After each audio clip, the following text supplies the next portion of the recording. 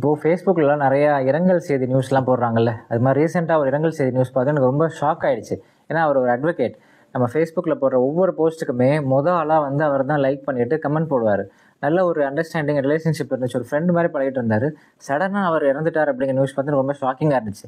உடனே நேராக கிளம்பி மதுரைக்கு போயிட்டு அவங்க வீட்டுக்கு போய் அவங்க குடும்பத்துக்கு ஆறுதல் சொல்லிட்டு இருக்கும்போது கேட்டேன், பசங்க 2 பேர் ஹைஸ்கூல் படிச்சுட்டு இருக்காங்க.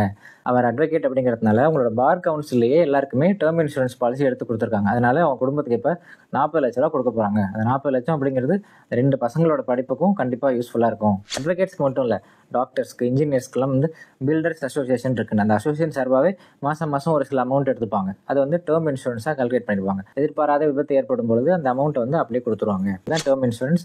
இந்த மாதிரி அமைப்புகள் எதுவுமே இல்லாத ப்ரொஃபஷன்ஸ்லாம் என்ன பண்ணுறது அப்படிங்கிறவங்களுக்கு நார்மலாக போய் டேர்ம் இன்சூரன்ஸ் எடுத்துக்கலாம். உள்ள பல்வேறு இன்சூரன்ஸ் கம்பெனிஸ் ஒருங்கிணைஞ்ச லிங்க் இந்த வீடியோ கேப்ஷனில் இருக்குது பாருங்கள். இந்தியாவில் மோர் தேன் 51க்கும் அதிகமான இன்சூரன்ஸ் கம்பெனிஸ் இருக்காங்க. மாத தவணையாக 600 700 பிளான்ஸ்லாம் ஸ்டார்ட் ஆகுது. சில கோடிகள் வரைக்கும் கவரேஜஸ் இருக்குது. அதுவும் நம்ம ஆன்லைன்லேயே பர்ச்சேஸ் பண்ணும்போது நமக்கு 15% வரைக்கும் டிஸ்கவுண்ட் கொடுக்குறாங்க.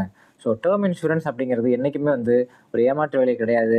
நமக்கும் சரி, நமக்கு அப்புறம் இருக்கக்கூடிய நம்ம குடும்பத்துக்குமான பொருளாதார பாதுகாப்பு அப்படின்னா அது டேர்ம் இன்சூரன்ஸ் தான். டேர்ம் இன்சூரன்ஸ் அப்படிங்கிறது அத்தியாவசியம், ஆடம்பரம் கிடையாது. அதை ஞாபகம் வச்சுக்கணும்.